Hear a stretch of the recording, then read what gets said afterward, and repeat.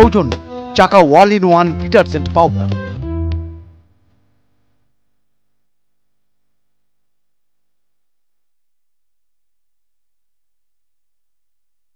সুপ্রিয় দর্শক, সবাইকে স্বাগত জানাচ্ছি চাকা all in one detergent powder নিবেদিত এটিএন নিউজের ঈদের বিশেষ আয়োজন সেলিব্রিটি আড্ডায়। আপনাদের সঙ্গে আছি আমি বাবলি ইয়াসমিন। আজ আমার সঙ্গে অতিথি হিসেবে কে আছে তার কথা যদি বলতে যাই, 2006 সালে লাস্ট চ্যানেল আই সুপারস্টার মাধ্যমে যার শোবিজ অঙ্গনে পদার্পণ ঘটে, দারুচিনি দ্বীপে প্রধান চরিত্রে যিনি ছিলেন, সবার মন জয় করেছিলেন তার মধ্য দিয়ে, সেই মানুষটি, সেই প্রিয় মানুষটি আজ আমার অতিথি জাকিয়া বাড়ি মামু আপু। আপু, স্বাগত জানাই এই আয়োজনে। থ্যাংক ইউ, আপনাকেও স্বাগত। ঈদ মোবারক। শুরুতেই আপনার জন্য অনেক শুভেচ্ছা, শুভকামনা। কেমন কাটছে এবারের ঈদ? এই তো ভালো মন্দ সবকিছু মিলেই। আচ্ছা, একটু আমরা যখন ঈদের আয়োজনগুলোতে আসি, বিশেষ করে সেলিব্রিটি আড্ডায় আমরা যেটা করে থাকি, আমাদের অতিথি যারা থাকে তাদের একেবারে ছোটবেলার অভিজ্ঞতাগুলো দিয়ে আমরা একটু শুরু করি। আপনার ছোটবেলা সম্পর্কে একটু জানি, মামাপুর ঈদগুলো ছোটবেলার কেমন ছিল বা ছোটবেলাটা কেমন ছিল সেটি দিয়ে শুরু করি। ছোটবেলা আমার অনেক অনেক কালারফুল, অনেক ইভেন্টফুল। আচ্ছা, ব্রাহ্মণবাড়িয়াতে আমি বড় হয়েছি, তো আমার মা বাবা সবসময় ছোটবেলা থেকে আমাকে নাচ গান আবৃত্তি অভিনয় এগুলোর সাথে, মানে লেখাপড়ার পাশাপাশি এক্সট্রা কারিকুলাম অ্যাক্টিভিটিস হিসেবে এগুলোতে আমাকে সবসময় আমি এঙ্গেজ থাকতাম আমি। তো এই থেকে প্রচুর কম্পিটিশন করা, অনুষ্ঠান করা, শোজ করা ওই ছোটবেলায়, তো ওইগুলা একদমই ডিফারেন্ট অভিজ্ঞতা ছিল। তো আর যেহেতু ঈদের সময়টা আসলে আমরা সবাই একসাথে আসলে ঈদ করতাম, বড় ফ্যামিলি একসাথে ঈদ করার যে মজা। তারপর বড় ফ্যামিলি বলতে পরিবারে কারা কারা থাকতো? মানে যৌথ পরিবার সবাই মিলে একসাথে ঈদ করা, তারপরে কখনো কখনো নানা বাড়িতে ঈদ করতে যেতাম। তো সব মিলে মানে চাইল্ডহুড বিউটিফুল। লাইফের সবথেকে সুন্দর সময় এটা বললে কি বেশি বলা হবে? একদমই সত্যি কথা, মানে জীবনের সবচেয়ে সুন্দর সময়টাই কিন্তু বোধহয় ছোটবেলাটা। মানে ছোটবেলায় খালি মনে হতো যে কবে আমি বড় হব, আর এখন মনে হয় ছোটবেলাটা এত সুইট ছিল। সেই অন্যরকম শৈশব, সেই কালারফুল শৈশবে কি মামাপু চিন্তা করতো যে আমি বড় হয়ে সেলিব্রিটি হব বা আমি বড় হয়ে অভিনেত্রী হব, মেইন ক্যারেক্টারগুলো, মানে এরকম স্বপ্ন কি ছিল সেই সময়? আমার বিমান চালানোর এক ধরনের, খুব ছোটবেলায় মনে হতো আমি বিমান চালাবো। আচ্ছা, তারপর ওইটা ঘটনা, মানে অঙ্কে কাঁচা ছিলাম বলে ঘটনাগুলো ঘটে নাই। তো আমার খেলার একটা বড় ব্যাপার ছিল হচ্ছে আমি সিগনেচার করতাম। আমার যে রেস্ট অফ খাতা থেকে যেত কলেজের, ওগুলায় আমরা তো নোট করতাম, রাফ লিখতাম ভাই বোনরা। তো আমি ওখানে বসে বসে নিজের নাম প্রচুর ভাবে সাইন করতাম, বিভিন্ন রকম সাইন আমি প্র্যাকটিস করতাম। তো এটা আমার এক ধরনের ছোটবেলায় কি কারণে ইচ্ছা হয়েছিল সেটাও বলি। আলী ইমাম নামে আমাদের একজন বিখ্যাত সাহিত্যিক, শিশু সাহিত্যিক আছে একদম। তো আমি ছোটবেলায় একটা অনুষ্ঠানে পার্টিসিপেট করেছিলাম, উনি ছিলেন প্রধান অতিথি। তো উনি যখন আমাকে ওনার বইটা দিলেন এবং ওখানে ওনার নাম অটোগ্রাফটা সাইন করে দিলেন, আই ফেল্ট, মানে আমি খুব অন্যরকম শিহরিত বোধ করেছি। যার গল্প আমি বইয়ে পড়লাম ছোটবেলায়, তার আমি ওরকম মানে অটোগ্রাফ দেওয়ার একটা মনে হয়েছিল অদূর ভবিষ্যতে কোথাও যদি আমি কখনো এটা একদমই বাচ্চা মনের ইচ্ছা ছিল। তো ওই আর কি, মানে অভিনয় নিয়ে স্বপ্ন দেখতেন না যে বড় হয়ে আমি অভিনেত্রী হব? বা পরিবার থেকে কি আপনাকে নিয়ে, যেহেতু নানান কাজে আপনি যুক্ত ছিলেন, নাচ থেকে শুরু করে অনেকগুলো বিষয়ে আপনার পারদর্শিতা ছিল বা আপনি তালিম নিচ্ছিলেন, চেষ্টা করছিলাম, হ্যাঁ, পরিবার থেকে আপনাকে নিয়ে কি ধরনের আসলে এক্সপেকটেশন ছিল বা স্বপ্ন দেখতেন আপনাকে নিয়ে? আব্বা আম্মা সবসময় সাপোর্টিভ এবং আব্বা আম্মার কারণেই এত কিছু ট্রাই করতে পারা আমার জীবনে। তো কিন্তু আমাদের দেশে যেমন হয় আর কি, সাধারণত আমরা ডাক্তার, ইঞ্জিনিয়ারিং বা এ ধরনের প্রতিষ্ঠিত সাবজেক্টে না পড়ে আমরা যদি ক্রিয়েটিভ কোনো সাবজেক্টে পড়তে যাই, তো একটু তো সোসাইটি, ফ্যামিলি টেনশনে পড়ে যায় যে আসলে ফিউচার কি হবে, কিভাবে কি করবে। তো ওই টেনশন থেকে আমার বাবা মা তখন আসলে খুব একটা চায়নি যে আমি ড্রামাটিক্সে ভর্তি হই। তখন ওরা টেনশন করছিল যে তোমার ক্যারিয়ার তুমি কি করবে, এই সাবজেক্টে পড়ে ফিউচার কি। তো ওই আর কি, আমি ভাবছিলাম যে হবে কিছু একটা হবে, আমি এটাই করতে চাই। মামাপুর তো নতুন কুড়িতে যাত্রা ছিল। জি, সেখানে কি নিয়েছিলেন? নতুন কুড়িতে 4টা বিষয়ে কম্পিটিশন করা যায় একটা গ্রুপ থেকে। তো আমি 4টায় কম্পিটিশন করেছিলাম, 2টা নাচের এবং একটা কবিতা আবৃত্তি আর ছড়া গান। কাপড়ের টেনশন আছে সলিউশন, চাকা অল ইন ওয়ান, চাকা অল ইন ওয়ান। কাপড় ধোয়ার একটাই সলিউশন, চাকা অল ইন ওয়ান। আচ্ছা, নতুন করে আসলে আমাদের ছোটবেলায় নতুন করে জায়গাটা অন্যরকম ছিল। এখনো যখন নামটা বলি মনের মধ্যে কিন্তু সেই মিউজিকটা হ্যাঁ হ্যাঁ থিম সংটা বারবার কানের কাছে যেন বাজতে থাকে, আমরা True. নতুন আমরা করি। আর আমাদের সময় তো মানে এত অপশনস তো আসলে ছিল না। আর এ ধরনের ন্যাশনাল টেলিভিশনে দেখা যাবে নিজেকে, মানে এটা তো অবশ্যই একটা অনেক বড় একটা বিষয় ছিল। অদ্ভুত ব্যাপার ছিল। ছোটবেলায় তো আমি মনে করতাম যে টেলিভিশনটাতে কিভাবে ঢোকে এবং এত ছোট হয়ে যায়, মানে কোন দিক দিয়ে এভাবে কিভাবে সম্ভব এখানে ঢোকা। লাক্স চ্যানেল সুপারস্টারে কিভাবে আসলে আসা হলো? ওকে, তো লাক্স চ্যানেল এই সুপারস্টার যখন আমরা কম্পিটিশনটা করি 2006-এ, তো আমি তখন জাহাঙ্গীরনগরে ফার্স্ট ইয়ারের ছাত্র, অনার্স ফার্স্ট ইয়ারে।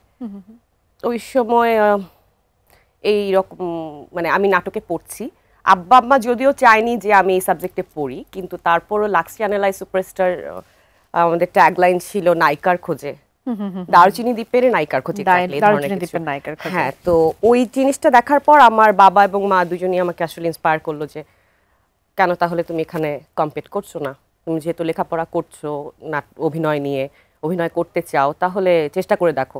তো ওই আসলে একদমই আব্বার ইন্সপিরেশন থেকেই এই চেষ্টা করে দেখা। আই ওয়াজ নট, মানে আমি কখনো ওইভাবে ভাবতাম না যে সুন্দরী কম্পিটিশন, সুন্দরী হতে হলে অনেক এক ধরনের পারফেকশন প্রয়োজন হয়। তো ওটাই আমার এক ধরনের ভীতি ছিল যে আমি তো অতটা পারফেক্ট না। I am beautiful with my errors, কিন্তু ওই যে পারফেক্টনেসের সংজ্ঞায় তো আমি পড়ি না। আমি কি আসলে এ ধরনের কম্পিটিশনে যাওয়া উচিত কিনা। তারপর যখন আসলে দেখলাম যে বিষয়টা not only the beauty and the body and the all that Glamour, যখন মনে হয়েছে যে না, এখানে অভিনয়টা অনেক গুরুত্বপূর্ণ সুযোগ আছে এবং গ্রুমিং সেশনটা খুব ইম্পর্টেন্ট, তো এটা অনেক আলাদা ছিল, আলাদা দুর্দান্ত একটা এক্সপিরিয়েন্স। আমরা কিন্তু মম আপুকে আলাদাভাবেও একটু জানি, সেটা হচ্ছে যে মম আপু তার অভিজ্ঞতার স্বাক্ষর তো সব জায়গাতে রেখেছে, কিন্তু সেই সাথে মানসিক গঠনের দিক থেকে আপনি একটু আলাদা। এই যে নিজেই যখন বলছিলেন যে সৌন্দর্যটাই যে সবকিছু নয় আপনার কাছে, সেটা সবসময় মনে হয়েছে।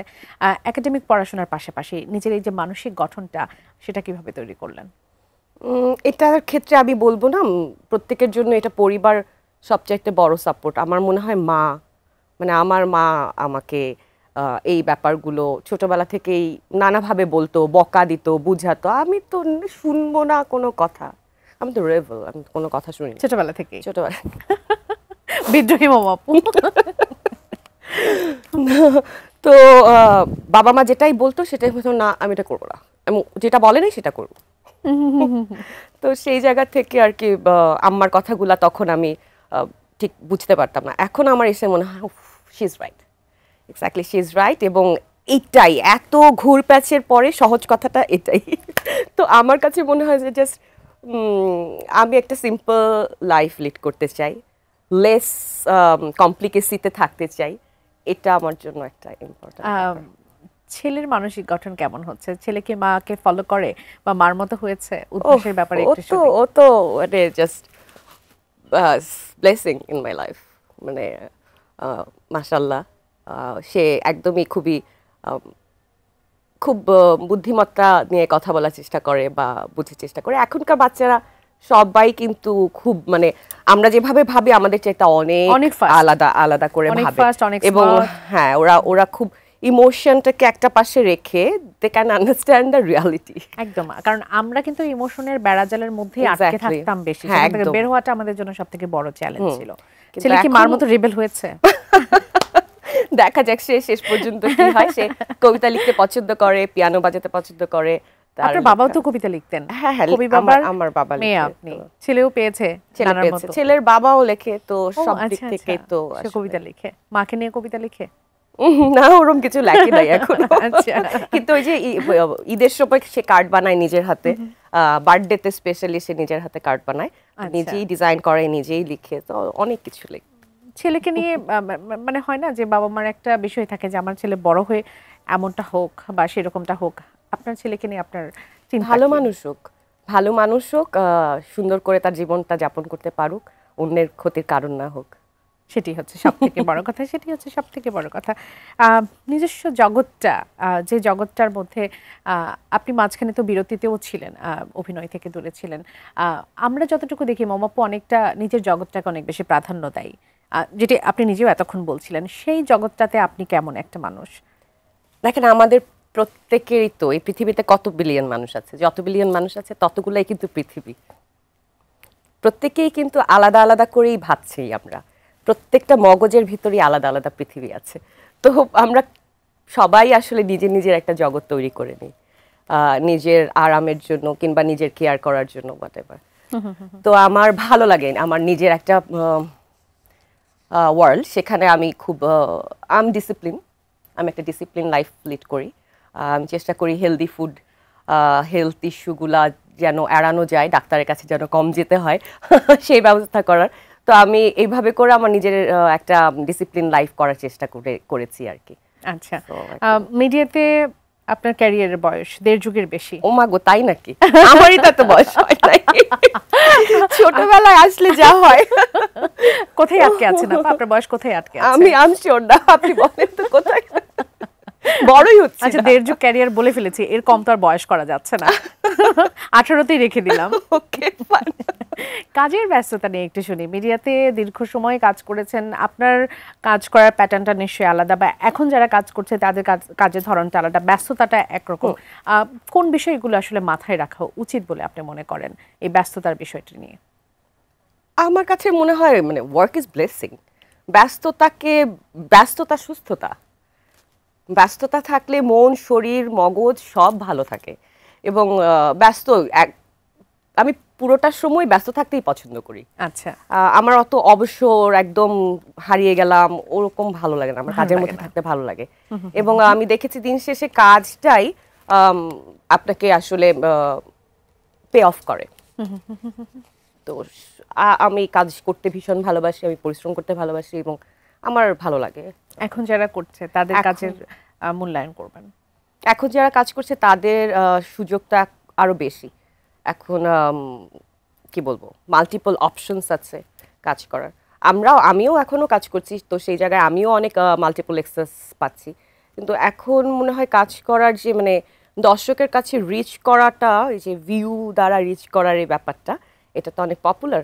তো এই জায়গায় they are doing very good, I appreciate them. আপনার কাছে এটা কেমন লাগে যে ভিউ দ্বারা যে দর্শকের কাছে পৌঁছানো বা সেই কম্পিটিশনে থাকা, সেটাকে আপনি কিভাবে দেখেন? দিন শেষে তো আমরা দর্শকের জন্য কাজ করি। কাপড়ের টেনশন আছে সলিউশন, চাকা অল ইন ওয়ান, চাকা অল ইন ওয়ান। কাপড় ধোয়ার একটাই সলিউশন, চাকা অল ইন ওয়ান। তো টেলিভিশনে দর্শক দেখলে পরে ভিউ কত হতো আমরা জানতে পেতাম না, এখন আমরা এই ডিজিটাল প্ল্যাটফর্মের কারণে জানতে পারি। তো ভালো তো, দর্শকের সাথে এঙ্গেজমেন্ট যত বাড়বে আমি তো চাইবো আমার কাজটা দর্শক বেশি দেখুক, সবচেয়ে বেশি দর্শক দেখুক। I appreciate that. আচ্ছা, আমরা নাটকের মমকে চিনি, আমরা সিনেমার মমকে চিনি, ওটিটি প্ল্যাটফর্মের মমকে চিনি। আপনার আলাদা আলাদা সত্তা সম্পর্কে এবার একটু জানতে চাই, যে নাটকের মমটা কেমন, সিনেমার মমটা কেমন, ওটিটির মমটা কেমন? সব এমন একদম একদম একরকম একরকম। মানে আমি তো এখন আর তো কেমন আমি জানি না। কোন জায়গাটাতে কাজের অভিজ্ঞতা আসলে, নাটকে যখন কাজ করতেন, খুব বেশি কাজ যখন করা হতো, সেই অভিজ্ঞতার জায়গাটা কেমন লাগতো? এখন সিনেমাতে কাজ করা যখন হয়েছে, সেই সিনেমার কাজের খাতিরে আপনি পুরস্কারও পেয়েছেন, সেই পুরস্কারগুলো পাওয়ার আনন্দটা, সেগুলো নিয়ে একটু জানি। সেক্টর আলাদা আলাদা, মানে নাটক আমি সব কৃতজ্ঞতা আমি নাটককেই জানাতে চাই, কারণ নাটকের কারণে পরবর্তী সময়ে আমার ওয়েব সিরিজ করা বা অন্য সিনেমাগুলো করা। নাটকই আমার প্রধান জায়গা দর্শকের সাথে কানেক্টেড থাকার বা এভাবে। তো সেই জায়গায় নাটক করা হয়েছে প্রচুর, আমি এখনো নাটক করছি আর সামনেও করতে চাই। নাটকের জায়গা যেটা একদমই টেলিভিশন কেন্দ্রিক ছিল, এখন তো সেটা ইউটিউব কেন্দ্রিকও হয়েছে। তো যেহেতু ক্ষেত্রটা বেড়েছে, বাজেটও বেটার হয়েছে এখন আগের চাইতে, আমি বলবো তো ভালো বাজেটে কাজ হচ্ছে। যারা ভালো কাজ করছেন, তারা যে পরিশ্রম করে কাজ করছেন সেটা বোঝা যাচ্ছে টেলিভিশনের পর্দায় ভালো কিছু কাজ দেখছি আমরা, তো সেই জায়গা থেকে আমার কাছে তো ভালোই মনে হচ্ছে। আর ধরনটা কেমন আপা? কাজের ধরনটা- ধরনটা কেমন, নাটকেরটা কেমন, সিনেমাটা কেমন, ওটিটিটা কেমন? কাজের ধরন একই, কাজটা আপনাকে ডেডিকেটেডলি করতে হবে। এবার নাটকটা যেহেতু আমরা 2 দিনে বা 3 দিনে কাজ করি, সেই ক্ষেত্রে খুব চাপ থাকে কাজ করার। আর নাটকের টিমের কিছু ব্যাপারগুলো আমরা ধরেন ওয়েব সিরিজে কস্টিউমটা একজন দেখছেন, ডিজাইনার দেখছেন, উনি কস্টিউমটা মেনটেন করছেন, কিন্তু নাটকের ক্ষেত্রে ওই ফ্যাসিলিটিসগুলো আমরা কম পাই। তো এইসব কিছু জায়গায় একটু দৌড়ঝাঁপ বেশি হয়। আর নাটকের যদি হচ্ছে একটু প্রিপারেশনটা নেওয়ার সুযোগ থাকতো, একটু একটু পড়া একদিন বা 2 দিন একসাথে বসে একটু রিড আউট করা, একটু নিজেরা মানে ভেবে নেওয়া যে আমরা কিভাবে কাজটা করব, ওই সুযোগটা যদি তৈরি করা যায় নাটকে, তাহলে নাটক কিন্তু আরো অনেক ভালো হওয়ার সুযোগ অনেক আছে। ভালো হওয়ার সুযোগ হ্যাঁ, যেটা আছে। আমরা ওয়েব সিরিজের কারণে কল্যাণে আমরা দেখেছি যে আমি যতগুলা কাজই করেছি সবগুলা কাজের আগেই সপ্তাহ 10 দিন 12 দিনের একটা প্রিপারেশন টাইম আমাদের থাকে। তো আচ্ছা। প্রিপারেশন টাইমটা থাকলে হয় কি, তখন শুটিংটা অনেক ফ্লেক্সিবল হয়, অনেক মানে ভ্যারিয়েশন করা যায়, ভাবা যায় ক্যারেক্টারটা নিয়ে, ওটার মধ্যে বসবাস করা যায়, এক ধরনের কমিটমেন্ট তৈরি হয়।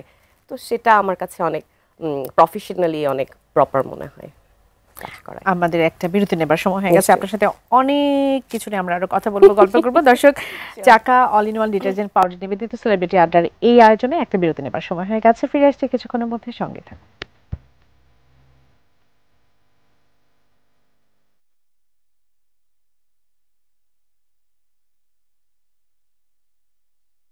সৌজন্যে চাকা ওয়াল in one detergent powder.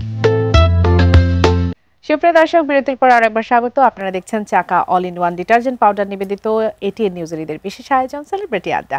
Celebrity আড্ডায় কি আছে আমাদের সঙ্গে আপনারা জানেন ইতিমধ্যে। জাকিয়া বাড়ি মামা আপু আছেন আমাদের সঙ্গে। আপু বিরতিতে কি সুন্দর করে গান গাচ্ছিলেন। আপনার গানের কথা কিন্তু আমরা জানি যে আপনি গুনগুন করে গান না, করেন। এগুলো হয়েছে কি আপনার কাজের মধ্যেও গান করা হয়েছে, আমরা সেটাও জানি। দর্শকদের জন্য একটা গান গেতে হবে। আমি কিন্তু বাসায় এটা করি, মানে বাসায় যতক্ষণই কাজ করতে থাকি আমার রেকর্ড চলতে থাকে, সেটা সুরে হোক বেসুরে হোক বা কথা ঠিক থাকুক না থাকুক, হু কেয়ারস, আমি তো বাসায় গাচ্ছি। হ্যাঁ, ওটা তো নিজের জন্য। কিন্তু এরপরে যখন এটা আবার টেলিভিশন সেটে মানে বলা হয়, তখন তো আর মিলাতে পারি আমরা তো না। জানি আপু আপনি গান করেছেন ছোটবেলায় সেটা, কিন্তু এটা একটা মানে- নাটকে করা হয়নি, নিজের না, কণ্ঠে গাওয়া ধরেন হয়নি? যখন আমি নাটকে করেছি তখন অভিনয়টা তো ফোকাস, আর নাচ গান এগুলা তো তখন সেকেন্ড ফোকাসে থার্ড ফোকাসে ছিল। তো সেই জায়গায় আমার কাছে মনে হয় যে প্রফেশনালি গান ওভাবে কখনো গাই। আচ্ছা, আনপ্রফেশনালি 2 লাইন একটু দর্শকদের জন্য, একটু আমার জন্য 2 লাইন একটু গান শুনবো। আপনার প্রিয় কোনো গানের কলি যেটা এখন মনে পড়ছে?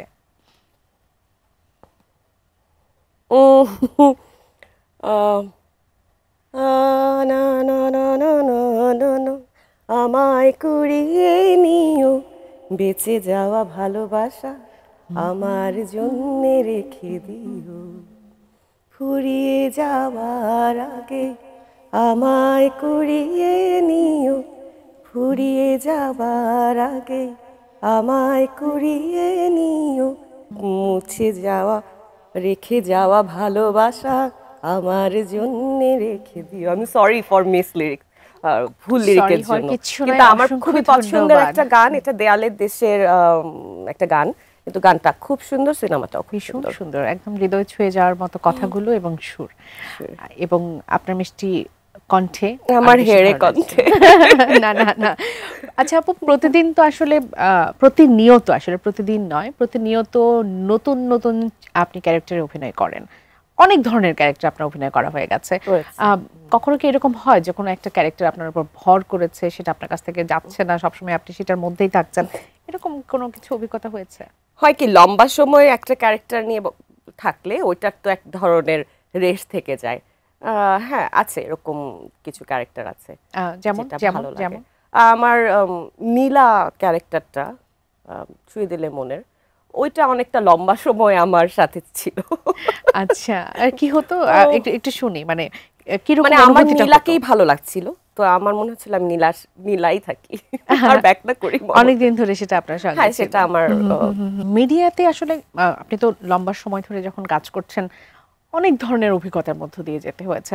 আমরা বাইরে যারা আছি তারা আসলে বিশেষ করে দর্শক যারা আছেন তাদের মধ্যে নানা ধরনের প্রশ্ন থাকে যে মিডিয়াতে গেলে বোধহয় আপোষ করতে হয়, আপোষকামিতার একটা বিষয় আসলে সেখানে থেকে যায়।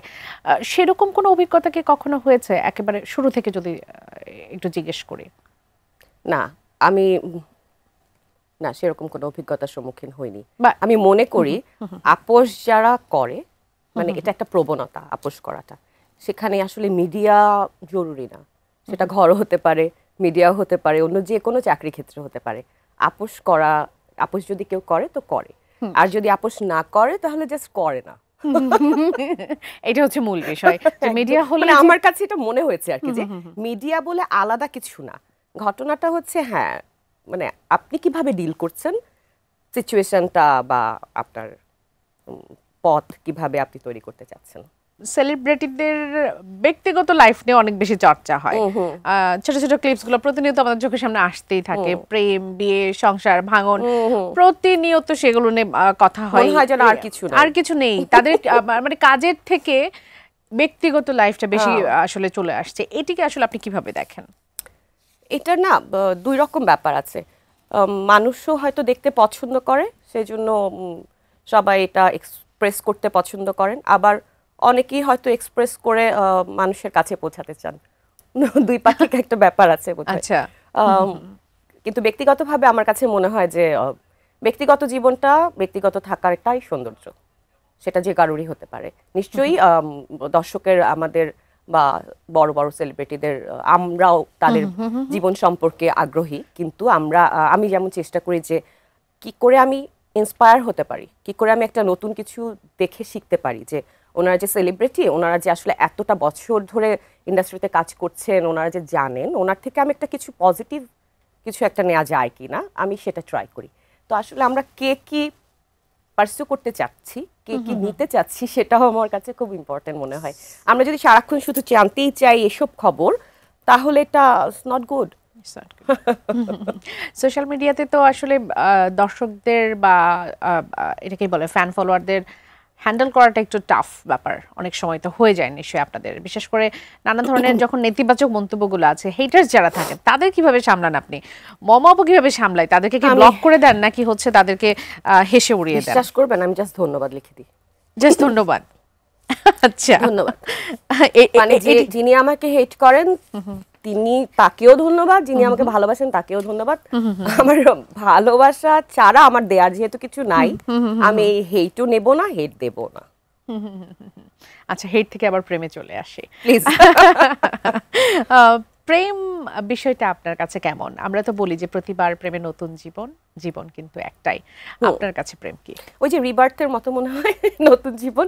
ওয়াও, মানে ফিল গুড ফিল হয় না, এনার্জি, গুড এনার্জি ফিল হয়। নিজেকে কেয়ার করতে ভালো লাগে, চারপাশ ভালো লাগে, ফুল ভালো লাগে, গান ভালো লাগে, বৃষ্টি ভালো লাগে। প্রেমের কি সুনির্দিষ্ট কোনো বয়স থাকে? প্রয়োজন আছে কি? আমার মনে হয় না। আচ্ছা, স্কুলে প্রেম করা হয়েছে? না। কলেজে? না।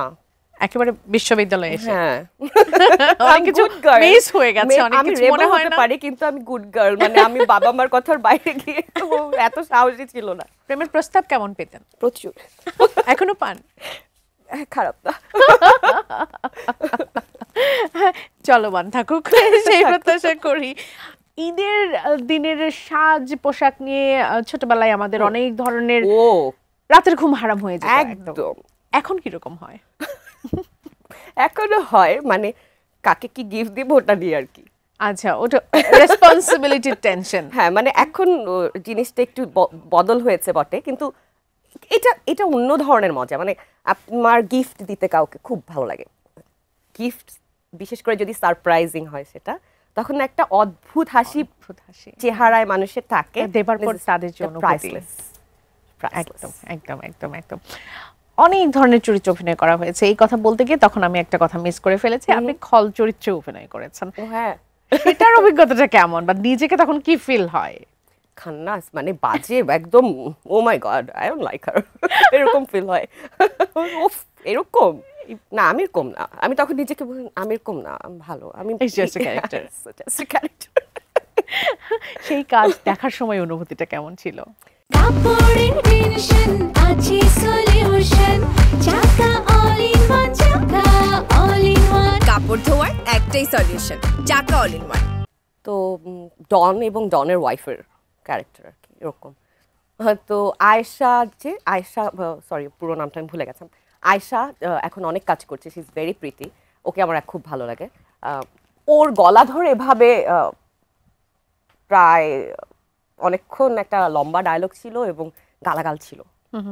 তো আমার দেখার সময় মনে হচ্ছে উফ প্লিজ এটা যেন আর কেউ না দেখে। নিজেকে দেখো তখন খারাপ লাগছিল। এত খারাপ কেন সে? আহ, মিনা ছিল, হ্যাঁ ক্যারেক্টারটার নাম। মিনা ছিল। নায়কদের একটা চয়েস লিস্ট, কার অবস্থানটা আপনার কাছে কি সেটি নিয়ে আপনি একটু বলবেন। শুরু করতে চাই আনিসুল হক মিলনকে দিয়ে, তাকে কিভাবে দেখেন? মিলন ভাই আমার একদম ভাই, মাই বিগ ব্রাদার, Okay, বড় fine. ভাই। চঞ্চল চৌধুরী, চঞ্চল ভাই প্রিয় অভিনেতা এবং দ্য সুপারস্টার, মোশাররফ হোসেন একদমই দুর্দান্ত অভিনেতা, সুপারস্টার এবং নাইস, তার সাথে গল্প করতে খুব ভালো লাগে। আচ্ছা, অপূর্ব, অপূর্ব আমাদের অনেক দিনের বন্ধুত্ব, হি ইজ অপূর্ব। আফরান নিশো, আফরান নিশো দুর্দান্ত অভিনেতা, বন্ধু আমাদের, এই এখন তো বড় হিরো। আচ্ছা ঠিক আছে আপু, আপনার জন্য আমার কাছে একটা র্যাপিড ফায়ার আছে, মানে আমি ফায়ার শুরু করে দেব এবং আমার বিশ্বাস আপনি খুব ভালোই এটাতে করবেন, কেননা আমি যে প্রশ্নই করছি আপনার জন্য কাছে সব প্রশ্নের উত্তরটা আসলে Common রেডি পড়ে আছে, যাচ্ছে। খুবই রেডি আছে। এখন আমার প্রশ্নই শেষ হয়ে যাচ্ছে। না লোকে তো মনে করবে প্রশ্ন ফাঁস করে দিয়েছে, ওরকম তাকে ওরকম না, না না, না, ওরকম না, ওরকম কোনো কিচ্ছু না দর্শক, একেবারেই না। আমি আসলে ঘাবড়ে যাচ্ছি যে আপুকে এরপর আমি কি জিজ্ঞেস করবো, যদিও জানার অনেক কিছু আছে। র্যাপিড ফায়ারে আমরা চলে যাই। আপনার হাসি নিয়ে প্রশংসা কেমন পান? ভালো, সুন্দর হাসি। এত সিম্পল, আর কিছু না? না, চোখ নিয়ে? ও চোখ নিয়ে বেশি কমপ্লিমেন্ট পাওয়া যায়। কি কি কিরকম? চোখ নাকি কথা বলে, চোখ নাকি অনেক ছলো ছলো থাকে। রিপ্লাইটা কি থাকে তখন? রাগ হলে কি করেন? রাগ হলে এখন just breathe in out in out করি, রাগটাকে যেতে দিই, থ্যাংক ইউ। আগে রাগ হলে কি করতেন? ভাঙচুর করতাম, বকা দিতাম, জোরে চিৎকার করতাম, ওগুলো এখন সেটা এখন কন্ট্রোল করে Thank you ফেলেছেন। বলে দিচ্ছি। আচ্ছা গুড। কোন জিনিসটা ভয় পান আপনি? ভয় ইমা মানে কোনো কিছু ভয় না পান না, না? ভয় পাই, নিজে অসুস্থ হয়ে যাওয়ার ভয় পাই। হ্যাঁ, আচ্ছা, কখনো কখনো অসুস্থতাকে- মনে হয় আমি অসুস্থ, আমি কখনো অসুস্থ হতে, মানে এটা তো আর পসিবল না, তো আমি অসুস্থ হতে চাই না, এটা আমার ভীষণ চাওয়া আর কি। সোশ্যাল মিডিয়া নিয়ে আপনার চিন্তা কি? সোশ্যাল মিডিয়াকে কিভাবে দেখেন? সোশ্যাল মিডিয়া টাইমের সাথে আছে, পরিবর্তিত হবে, এটাকে একটু প্রজ্ঞার সাথে হ্যান্ডেল করতে হবে। আমি এইটাই ভাবছিলাম যে আপনি এরকম কিছু একটা বলবেন। কষ্টের স্মৃতি আমাদের সাথে আজ একটু শেয়ার করেন, যেটা মনে পড়লে এই যে আমি জিজ্ঞেস করা মাত্র চেহারাটা যে একটু মলিন হয়ে গেল, এরকম চিন্তা কষ্টের করছি। স্মৃতি কি আছে? না এখন ওরকম অবশ্যই আছে, কষ্টের স্মৃতি তো অনেকই আছে, তো এই মুহূর্তে ঠিক মনে করতে পারবো না। আচ্ছা, সুখের স্মৃতি মনে করতে পারবেন, যেটা মনে হলেই খুব ভালো লাগে? হ্যাঁ অনেক, আমার ছেলে জন্মের স্মৃতি আমার দুর্দান্ত, ওয়াও পেলাম, মানে একটা অদ্ভুত, সবচাইতে সুন্দর স্মৃতি। সব থেকে সুন্দর স্মৃতি। নিজের জন্মদিন কিভাবে ওই দিনটা আসলে নিজের মধ্যে কি কাজ করে? আর স্পেশাল খুব লাগে, কারণ বন্ধু বান্ধব, social media, friend circle, colleague circle, family, মানে সবাই এত প্রেম ভালোবাসা সত্যিকার অর্থেই দেয়, এত আমি কৃতজ্ঞ সকলের প্রতি। মানে আমার জন্মদিন আসলে সবাই এত আদর যত্ন করে, আমার খুব ভালো লাগে, খুব ভালো লাগে। এমন কোনো গল্প আছে জীবনে যেটা আগে শেয়ার করেননি? যা শেয়ার করিনি তা শেয়ার করব না। আচ্ছা ঠিক আছে। স্মরণীয় ইমোশনাল কোনো মোমেন্ট? হ্যাঁ, লাক্সের টাইমটা আমার জন্য স্মরণীয় টাইম, ইমোশনাল ছিল। স্মরণীয় কোনো ঝগড়া আছে? হ্যাঁ হ্যাঁ, কার সাথে ছিল সেটা? থাক। আচ্ছা ঠিক আছে, সেটাও না শুনলাম। প্রিয় গান?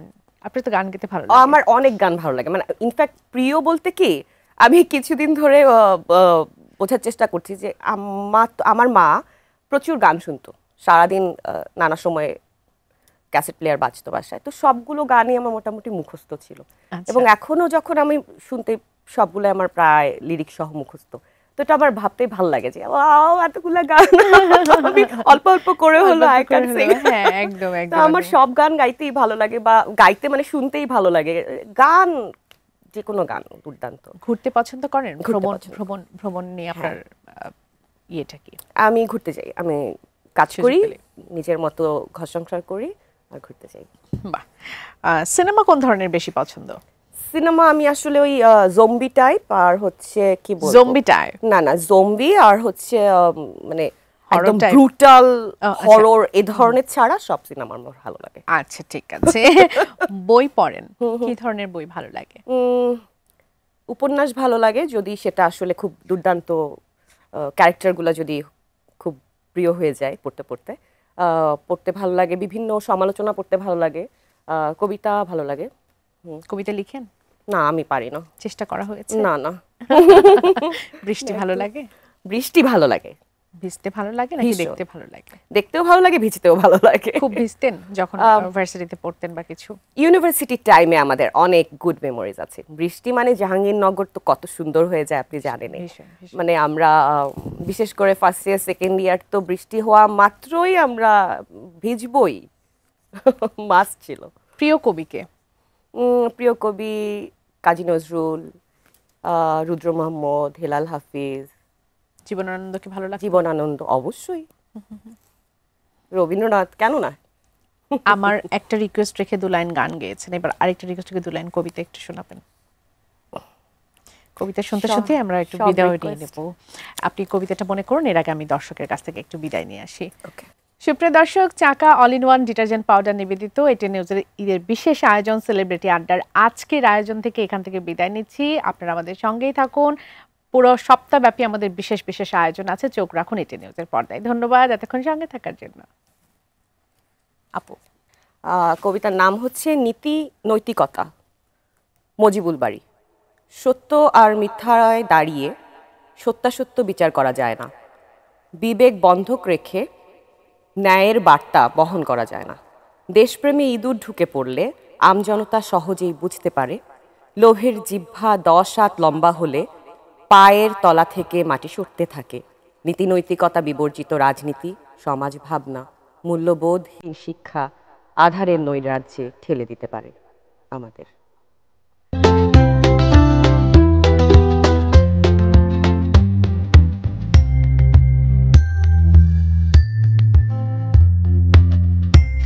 সৌজন্যে চাকা all in one detergent powder.